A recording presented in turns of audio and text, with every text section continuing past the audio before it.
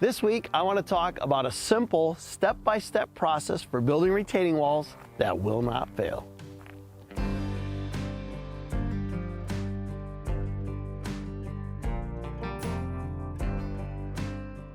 Step 1, scope of the project. We're going to want to look at the scope of the project. Anything over 3 feet, I would encourage you. You need to proceed with caution. This may be an opportunity to look to the manufacturer's specs on their products you're using, and also an engineer. Step 1.5, be prepared. Don't even think about showing up on that job unless all your products are on site. Step 2, trench digging. Always dig trenches to 3 feet wide. We have 3 foot wide buckets. This is going to give you a foot of base for stability in the front of the wall and a foot of base behind. Step 3, compaction. Walls, it's another animal. We need to be serious about what we're doing, and it needs to be done right. You got one chance. So we're going to make sure we compact that sub base, making sure we have no soft spots in that base. We're going to line that base with filter fabric, making sure that fabric goes to daylight on the vertical edges. Then we're going to put in our infill or our process or clean stone material. That needs to be compacted to 98%, and I'm going to achieve that with either a jumping jack or a reversible plate compactor. And I highly recommend the Weber with the Compaction. It's an amazing tool to assure you that you have proper compaction. Step 4, elevations. We highly recommend our laser rod, which makes it super simple, but we want to make sure heights and elevations are to perfection. When we get to that top row, we want to make sure we're at the exact height. Step 5, prepping for base course. For this, we highly recommend the wall screed system. This is a system set with a laser. You're not on your hands and knees wailing this block, checking it level, front to back, side to side, pulling it out, putting it back, putting more material in, scraping more material out. Stop. We need to stop. Using the wall screed system, you're setting that elevation with a laser to your grade pipes, and then you're simply striking off a number 8 stone. Makes it super simple and accurate. For straight walls, we're going to use a chalk line on the back side of that wall to keep it straight. Curved walls, simply use your marking paint, paint out nice flowing curves, or use the chain as an offset reference point.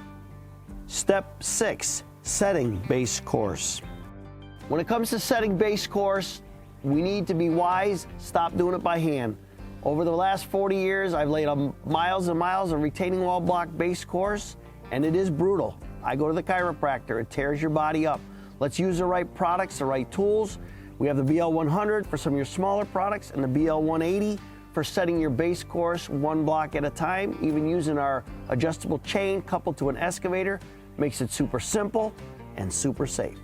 Step 7, backfill, base course, and drainage. This is a crucial part. You want to make sure you get your soils in the front and the back of that retaining wall. You want to make sure the soils behind the rear is non-pervious, so it captures any drain water coming from behind that wall. It's going to go into your pervious pipe, and then we highly recommend putting that into our retaining wall spillway. This does meet the NCMA spec of having your water 8 inches beyond the toe of the wall, not to saturate that wall, which will lead to failure. Step 8, laying product on wall. This is the part that requires a tremendous amount of energy getting product from pallet to pavement. If you're not using some form of mechanical setting device, we need to start thinking this way. We wonder why we can't get help in this industry. This is one area. This will alleviate the heavy lifting of products from pallet to pavement using one of our clamps, our BL450, our 980, our 1000. This will grab products an entire row at a time, getting them onto the wall with ease. You can also use a vacuum option for certain products. This would be our A1 package. This is going to couple to an excavator, vacuum down to these large format products, and be able to sling into place. Step 9, backfill and Geogrid. These are 2 extremely crucial parts of building a wall. Water and walls do not mix.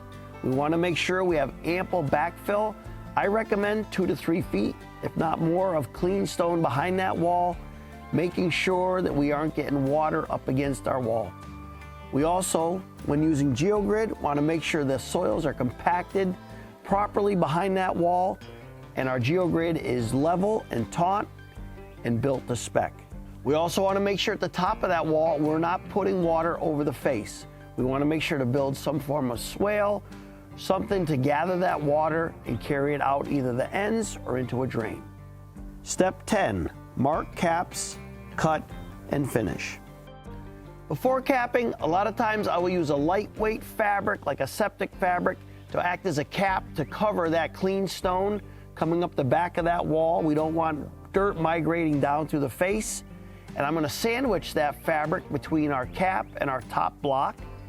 Simply lay out the caps using our parallel marking gauge or our scribes. We can simply strike off a quick line, cut those products, pull them in tight, glue. You have a beautiful project you can enjoy for years. Thank you for watching this week's Tip of the Week. Be sure if you like this content, click here for more videos. Also, put any comments you may have down below, and while you're down there, make sure to like and subscribe. You can sign up for our Tip of the Week here. Or you can watch more of our videos here. You can subscribe to our YouTube channel here. And make sure you shop our products at pavetool.com. If you're located in Canada, you can shop at pavetool.ca. Have a great weekend. Thanks for watching. Looking forward to seeing you next Friday.